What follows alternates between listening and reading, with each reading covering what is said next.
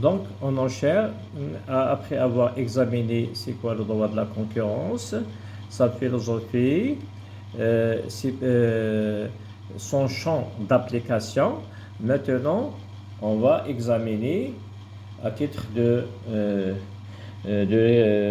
révision les principes de la concurrence. Et on commence par un principe qui est très important, voire cardinal, c'est le principe de la liberté des prix et services.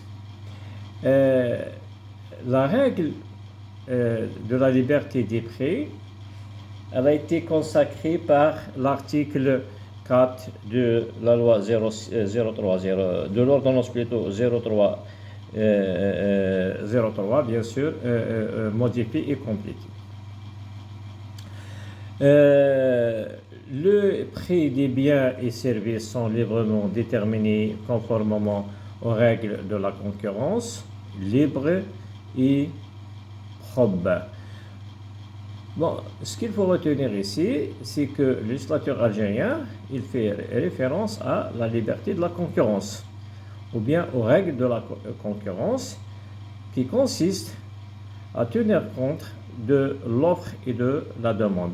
Plus l'offre est supérieure à la demande, automatiquement les prix baissent. Maintenant, c'est les prix, plutôt c'est la demande elle est supérieure à l'offre, bien sûr les prix augmentent.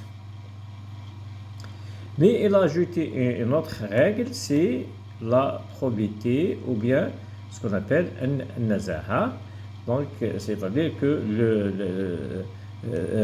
que les pratiques commerciales doivent être faites dans un climat d'honnêteté et de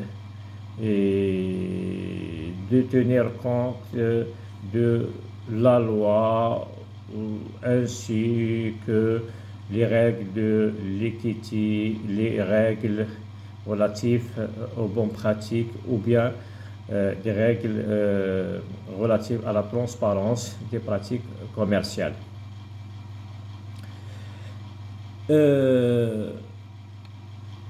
Cependant, cette liberté peut être remise en cause par la volonté de l'État pour voie de réglementer ou par voie réglementaire, c'est-à-dire que les autorités peuvent intervenir pour fixer ou plafonner ou homologuer les marges des prix et services. Les mesures de fixation, de plafonnement ou d'homologation des marges et des prix des biens et services sont prises sur la base de propositions des secteurs concernés pour les principaux motifs suivants. Donc, cette intervention pour réglementer, pour déterminer les marges, elle n'est pas prise au hasard, c'est dû au motif suivant. C'est-à-dire, quand on réglemente les prix, on le fait pour des objectifs ou bien pour des motifs qui sont déterminés par la loi. Bon, parmi ces motifs-là, on a la stabilisation des niveaux des prix des biens et services de première nécessité ou de large consommation en cas de perturbation sensible du marché, ainsi que la lutte contre la spéculation sous toutes ses formes et la préservation du pouvoir d'achat du consommateur. Maintenant, ça c'est des mesures qu'on peut les considérer durables dans le temps, du moment qu'il s'agit des produits de première nécessité ou bien de large consommation.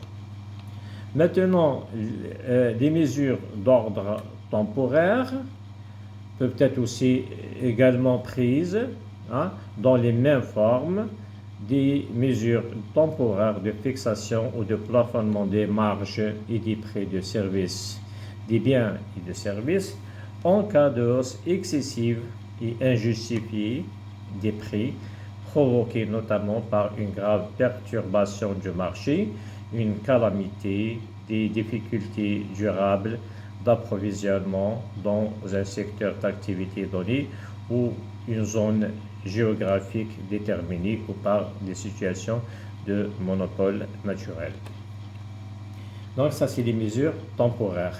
Donc ça, c'est des mesures, je répète, ça, c'est des mesures temporaires qui peuvent être prises dans les mêmes formes que pour les produits dits stratégiques ou bien de large consommation ou de première nécessité. Maintenant, on va examiner les pratiques restrictives de la concurrence. Donc, on a tout d'abord l'interdiction des actes compromettant la concurrence. C'est quoi ces actes? C'est quoi ces actes? Le législateur, il commence par dire qu'ils sont prohibés. Mais maintenant, autrement dit, ils sont interdits lorsqu'ils ont pour objet ou peuvent avoir pour effet d'empêcher, de restreindre ou de fausser le jeu de la libre concurrence dans un marché ou dans une partie substantielle de celui-ci, c'est-à-dire du marché ou bien un segment de marché. Quels sont ces actes? Le législateur les énumère. Les pratiques et actions concertées, conventions et ententes expresses ou tacites, et notamment lorsqu'elles tendent à limiter l'accès au marché ou l'exercice d'activités commerciales, limiter ou contrôler la production, les débouchés, les investissements ou le progrès technique. C'est aussi répartir les marchés ou les sources d'approvisionnement. Faire obstacle à la fixation des prix par le libre jeu du marché en favorisant artificiellement leur hausse ou leur baisse. Appliquer à l'égard des partenaires commerciaux des conditions inégales et des prestations équivalentes en leur infligeant de ce fait un désavantage dans la concurrence. Subordonner la conclusion de contrat à l'acceptation par les partenaires de prestations supplémentaires qui, par leur nature ou selon les usages commerciaux, n'ont pas de lien avec l'objet de ces contrats. Permettre l'octroi d'un marché public au profit des auteurs de ces pratiques. Donc, on peut résumer que les pratiques restrictives de la concurrence qui sont interdites par la loi, ils sont mentionnés dans l'article 6. Ils sont mentionnés dans l'article 6.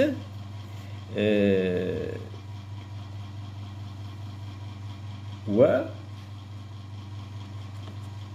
Le législateur algérien, quand même, il a énuméré plusieurs cas, plusieurs figures qui les a qualifiées comme étant des pratiques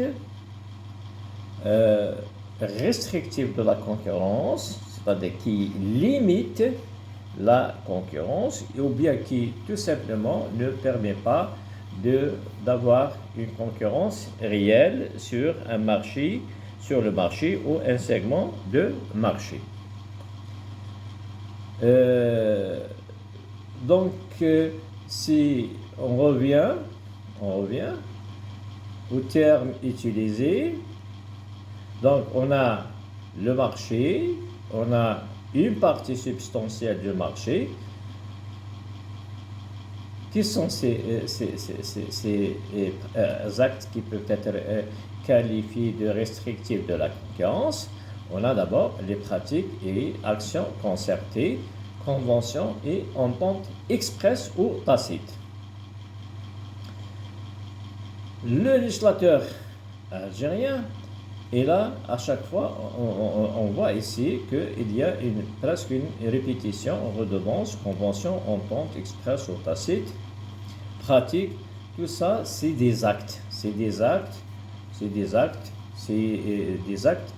que le législateur, et à chaque fois, même s'il utilise un terme différent, mais dans l'ensemble, c'est des actes juridiques.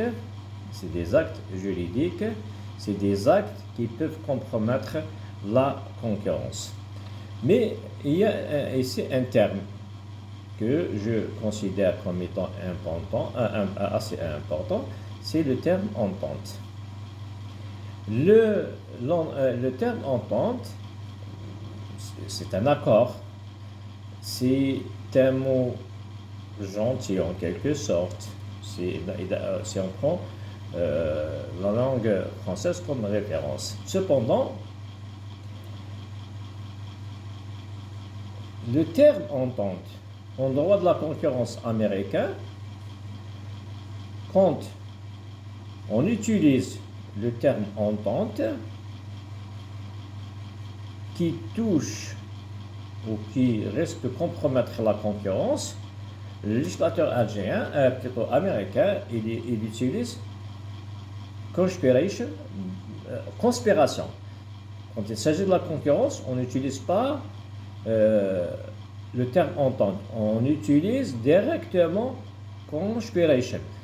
Et dans la doctrine et toute la littérature qui est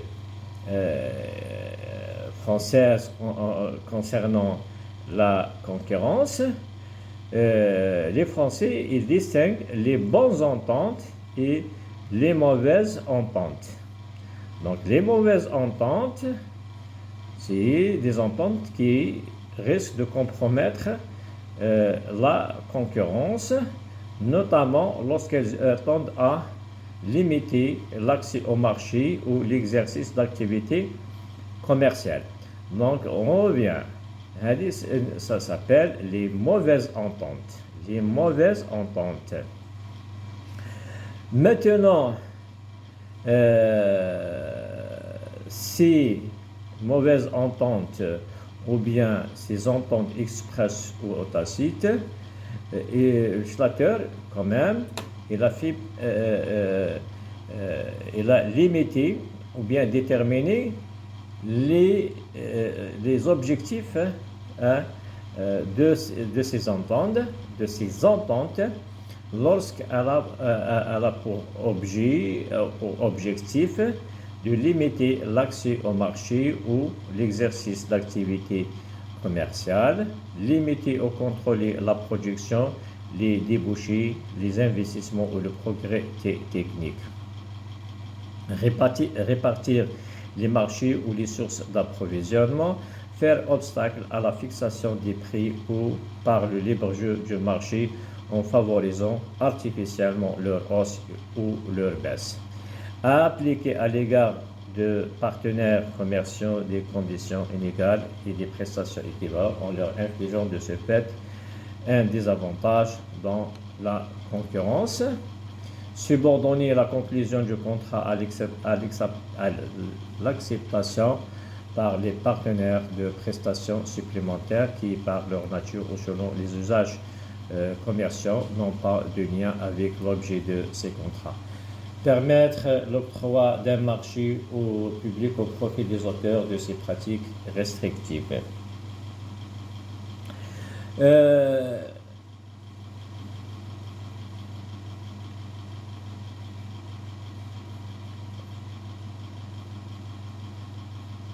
بتعبير آخر رأينا فيما سبق ما المقصود بالمنافسة؟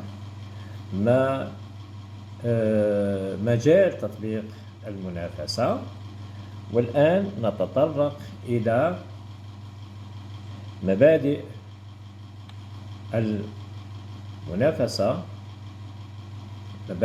المنافسة وأهم مبدأ هو مبدأ حرية الأسعار. مبدأ حرية الأسعار، فهذا المبدأ له قاعدة وله استثناء. إذن بالنسبة للمشرع الجزائري اعتبر في المادة الرابعة أن السلع السلع والخدمات تحدد بصفة حرة وفقا لقواعد المنافسة الحرة والنزيهة. عندما تكون المنافسة في أي سوق فالوضع يكون كما يلي: إذا كان الطلب كبير والعرض قصير أو قليل فالنتيجة ارتفاع الأسعار، والعكس إذا كان الطلب قليل والعرض كبير فالأسعار تنخفض. الملاحظ أن المشرع الجزائري تكلم عن حرية المنافسة وأيضا النزاهة، بمعنى أن الأسعار تحكمها قاعدتين: القاعدة الطبيعية وهي حرية المنافسة، يعني هناك عارضون أحرار وهناك من يطلب السلع والخدمات بصفة حرة. ولكن أيضا هناك قاعدة أخرى وهي قاعدة النزاهة، بمعنى لابد لهذه المنافسة أن تكون ليس فقط حرة ولكن أن تكون نزيهة.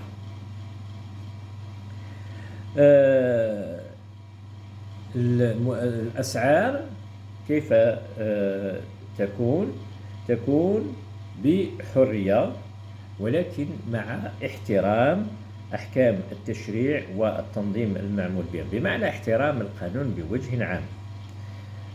ثانيا قاعدة أخرى وهي قاعدة الإنصاف، بمعنى ليس فقط القانون والتنظيم بل أيضا الإنصاف، بمعنى العدالة والشفافية الذي ينبغي أن تسود. هذه الحرية والنزاهة والإنصاف والشفافية تشمل بالخصوص تركيبة الأسعار أو هيكلة الأسعار أو هياكل الأسعار لكل من النشاطات والتوزيع وتأدية الخدمات واستيراد السلع لبيعها على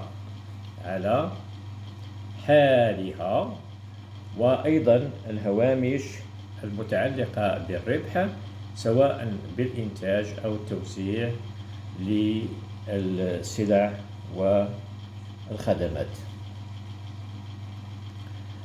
أيضا من القواعد المتعلقة بحرية الأسعار وهي لابد من أخذ بمبدأ الشفافية في الممارسات التجارية. إذن هذه هي القاعدة. الآن الاستثناء. القاعدة رأينا، الآن الاستثناء وهو يمكن أن يتم تحديد بواسطة التنظيم ماذا؟ أو وضع تسقيفات أو وضع تسقيفات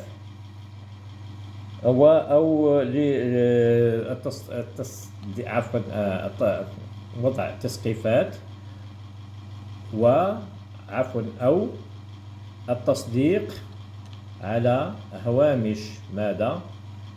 هوامش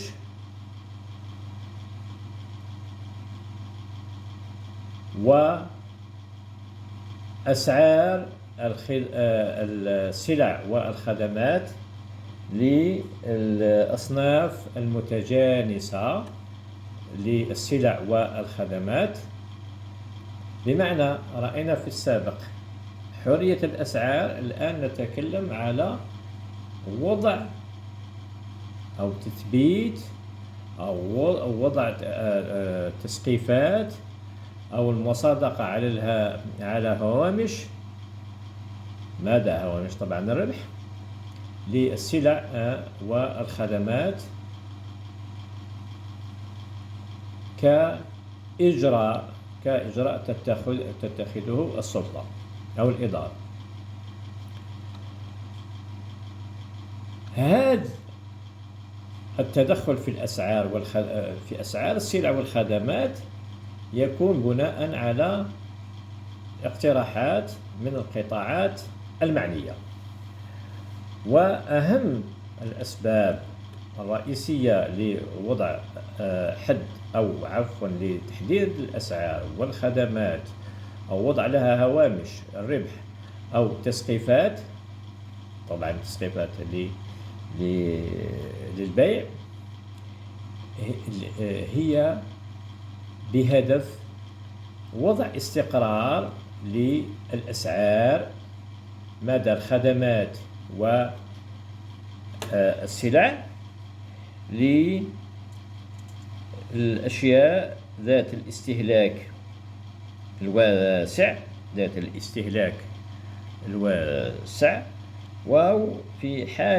وهذا في حالة يعني اضطراب محسوس للسوق.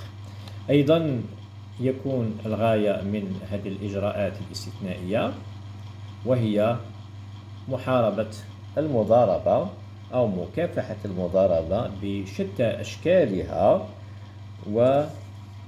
والحفاظ على القدرة الشرائية للمستهلك.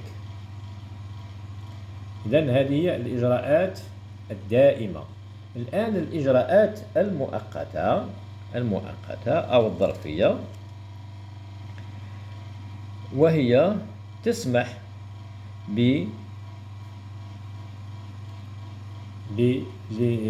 يعني في نفس الأشكال عن طريق التنظيم باتخاذ إجراءات ذات طابع مؤقت أو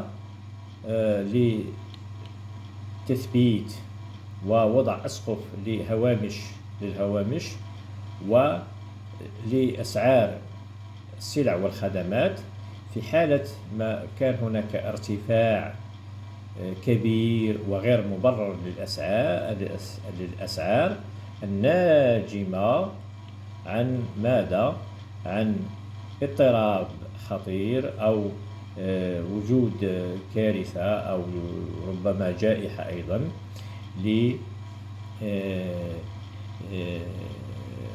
يعني هذا بين الأسباب، أو وجود أيضا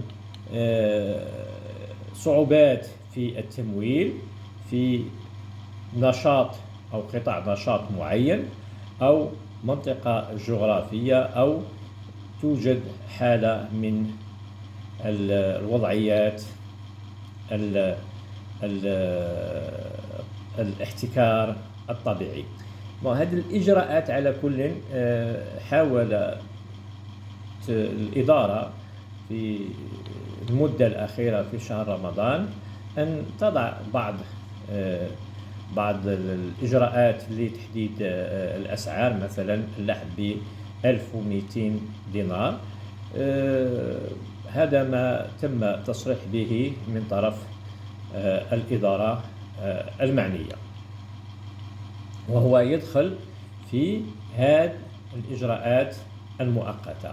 الآن بالنسبة للإجراءات الدائمة عندما يتعلق الأمر بالأسعار المتعلقة بالخدمات والسلع، نجد مثلا أسعار الزيت محددة، هامش الربح محدد. نجد أيضا كيس الحليب المبستر أيضا هو أيضا يدخل في الإجراءات الدائمة التي تتخذها الإدارة.